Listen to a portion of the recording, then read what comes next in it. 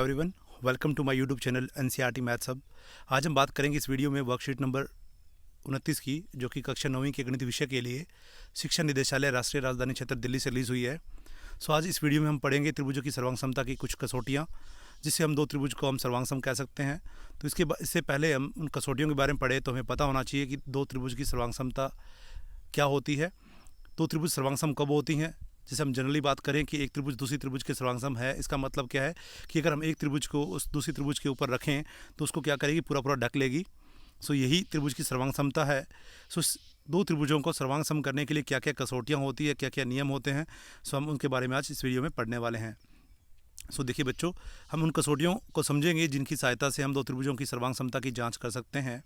इनमें से किसी भी एक कसौटी को पूरा करने वाले दो त्रिभुज क्या होते हैं, सर्वांग सम होते हैं। जैसे कि सर्वांग सम मतलब समझिए सभी अंग समान, सभी अंग समान, अंग आपके पार्ट्स हैं असम समान, तो सभी अंग समान हो जाए दो त्रिभुजों की तो दो त्रिभुज क्या हो जाएंगी, सर्वांग सम हो जाएंगी।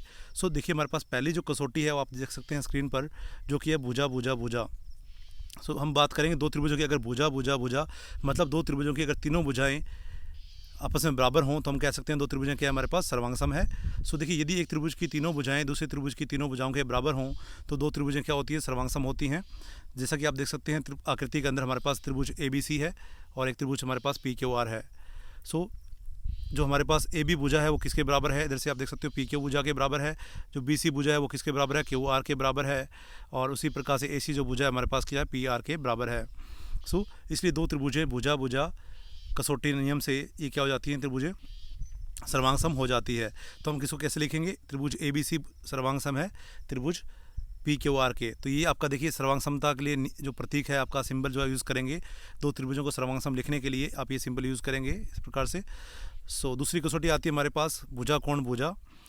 आप देख सकते हैं दो त्रिभुजों की दो भुजाओं और उनके बीच के कोण अगर बराबर हों तो हम कहते हैं दो त्रिभुज सर्वांग सम हैं। दो त्रिभुज सर्वांग सम होते हैं यदि एक त्रिभुज की दो भुजाएं और उनके अंतर्गत कोण एक दूसरे त्रिभुज की दो भुजाओं और उनके अंतर्गत कोण के बराबर हों तो हम कहेंगे त्रिभुज जो हैं वो दोनों क्या होंगे, सर्वांग सम होंगे। जैसा कि आकृति में देख सकते हैं आपके पास दो त्रिभुजें हैं, एक LMN और दूसरी त्रिभुज हमारे पास है DFE। इन दो त्रिभुजों में जो भुजा आपकी LN है वो किसके बराबर है, जो आप देख सकते हैं भुजा LN जो हमारे पास वो किसके बराबर है, DE के बराबर है। एंड दूसरी भुजा जो हमारे पास MN है वो किसके बराबर है, EF के बराबर, जो कि 5 सेंटीमीटर गिवन है। और हमें जो कोण N है वो किसके बराबर दिया हुआ है, कोण E के बराबर दिया हुआ है। इसलिए दो त्रिभुजें भुजा कोण भुजा कसौटी से सर्वांग सम हो जाती हैं।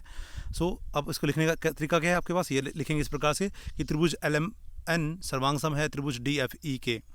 यही दूसरी कसौटी थी हमारी भुजा कोण भुजा सर्वांग समता नियम। हम पढ़ेंगे तीसरी कसौटी के बारे में, जो कि है कोण भुजा कोण। अब हमारे पास क्या है, दो त्रिभुजों के अगर दो कोण और उनके अंतर्गत भुजा दूसरे त्रिभुज के दो कोणों और उनके अंतर्गत भुजा के बराबर हों तो हम क्या कहेंगे कि दोनों त्रिभुज क्या होती है, सर्वांग सम होती हैं।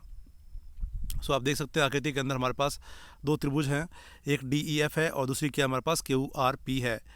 इन दोनों के अंदर आप देख सकते हैं जो DE है वो किसके बराबर है, आप देख सकते हैं QR के बराबर है। उसमें कोण D है वो कोण Q के बराबर है और कोण E है वो कोण R के बराबर है। ये जो दोनों त्रिभुजें किस नियम से, कोण भुजा कोण नियम से हमारे पास क्या हो जाती हैं, सर्वांग सम हो जाती है। तो इसको बोलते हैं कोण भुजा कोण कसौटी। दोनों त्रिभुज हमारे पास क्या सर्वांग सम हो जाएंगी, DEF सर्वांग सम है त्रिभुज QRP के। ये थी आपकी तीसरी कसौटी। अब हम पढ़ते हैं चौथी कसौटी के बारे में, जो कि है समकोण कर्ण भुजा। देखिए नेम से ही पता लग रहा है, एक दोनों त्रिभुजों में एक समकोण होना चाहिए, एक कर्ण बराबर होना चाहिए और कोई भी एक भुजा बराबर होनी चाहिए। अगर इन दो त्रिभुजों में अगर ये नियम होते हैं आपके सामने आपको नज़र आती है तो हम कह सकते हैं दो त्रिभुजें क्या हमारे पास समकोण सर्वांग सम है। जैसा कि आप देख सकते हैं यदि दो समकोण त्रिभुजों में एक त्रिभुज का कर्ण एक और भुजा क्रमशः दूसरी त्रिभुज के कर्ण और एक भुजा के बराबर हों तो दो त्रिभुजें क्या होती है, सर्वांग सम होती हैं। जैसा कि आप देख सकते हैं त्रिभुज PQR के अंदर और ABC के अंदर आप देख सकते हैं ये कर्ण आपके दोनों के बराबर हैं। ये आपका जो भुजा QR है और AC के बराबर है और एक समकोण हमारे पास है। त्रिभुज PQR सर्वांग सम है त्रिभुज BAC के किस नियम से, समकोण कर्ण भुजा नियम से, समकोण कर्ण भुजा कसौटी से, जो कि आपकी चौथी कसौटी है। आज यही चार कसौटियों के बारे में इस वीडियो में पढ़ेंगे हम। आप देख सकते हैं हमें प्रयास के लिए एक प्रश्न दिया गया है, नीचे दिए गए त्रिभुजों में से सर्वांग सम त्रिभुजों के जोड़ों को पहचान कर लिखें और ये भी बताएं कि आपने सर्वांग समता के किस कसौटी का प्रयोग किया है। देखिए आपके सामने काफ़ी सारे ट्रायंगल्स आपके सामने बनी हुई है। इन ट्रायंगल्स में से हमारे पास क्या है, कुछ ट्रायंगल्स सर्वांग सम होंगी, जैसा कि आप देख सकते हैं हमें ये नज़र आ रही है सर्वांग सम एक दूसरे के साथ। जैसा कि आप देख सकते हैं ये वाली और ये वाली सर्वांग सम नज़र आती हैं, और ये वाली नज़र आती हैं। सो किस कसौटी से त्रिभुज सर्वांग सम है, हमें इनके बारे में पढ़ेंगे आगे, जैसा कि आप देख सकते हैं। सो देखिए, नीचे के दिए गए त्रिभुजों में से सर्वांग सम त्रिभुजों के जोड़ों को पहचान कर लिखना है, और ये भी बताना है कि आपने सर्वांग समता की किस कसौटी का उपयोग किया है। सो देखिए, हमारे पास पहला जो युग्म बन रहा है वो कौन सी त्रिभुजों का युग्म बन रहा है, त्रिभुज ABC और जैसा कि आप देख सकते हैं ONM का। सो आप देख सकते हैं त्रिभुज ABC तथा त्रिभुज ONM में हमारे पास कौन से कोण बराबर है, देख सकते हैं आप देख सकते हैं हमें कोण B है जो बराबर दिया हुआ है N के, जो कि 90 डिग्री है। अब कोण के सम्मुख देखिए 90 डिग्री का जो समकोण बना है उसका सम्मुख भुजा होती है कर्ण। सो दोनों त्रिभुजों में आपके कर्ण बराबर हैं, और कोई भी एक भुजा देख लीजिए जो BC और हमारे पास MN है वो भी बराबर दिए हुए हमें, जो कि 5-5 सेंटीमीटर है। सो ये दो त्रिभुजों में हमारे पास देखिए 3 पैरामीटर मिल जाते हैं, एक समकोण मिल जाता है, एक कर्ण मिल जाता है, एक अन्य भुजा मिल जाती है। तो ये दो त्रिभुज हमारे पास क्या है, सर्वांग सम हो जाती है। किस नियम से, समकोण कर्ण भुजा नियम से। सो दूसरा जोड़ा आपका जो बन रहा है, दूसरा युग्म बन रहा है वो त्रिभुज कौन सी हमारे पास, दो त्रिभुज हमारे पास हैं, जैसा कि देख सकते हैं GIH आपके सामने नज़र आ रही है, और इधर से त्रिभुज है आपके पास DEF। GI की और DF की ये भुजा आपको नज़र आ रही है, IH और EF नज़र आ रहा है इक्वल, और इधर से GH और DF नज़र आ रहा है। सो ये प्रत्येक भुजा हमारे पास बराबर है। तो ये दोनों त्रिभुजें क्या हमारे पास सर्वांग सम है, किस नियम से, भुजा सर्वांग समता नियम से कह दीजिए, या भुजा कसौटी के द्वारा ये दो त्रिभुजें सर्वांग सम है।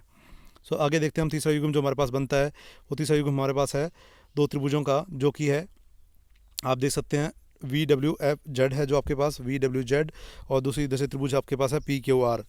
सो इन दो त्रिभुजों में आप देख सकते हैं कोण V है हमारे पास वो कोण P के बराबर है, जो कि 20 डिग्री का है। और दूसरा कोण देखिए आपके पास कौन सा है, कोण W जो है वो किसके बराबर है, कोण Q के बराबर है, जो कि 120 डिग्री का है। और जो भुजा आपकी VW है वो PQ के बराबर है, जो कि प्रत्येक दोनों है कितने के, 2 सेंटीमीटर के हैं। तो हम कह सकते हैं कि त्रिभुज जो VWZ है वो सर्वांग सम है किसके, PQR के, किस नियम से, कोण भुजा कोण कसौटी द्वारा ये दो त्रिभुजें सर्वांग सम हो जाती है। तो यही था हमारा वर्कशीट 29 के बारे में।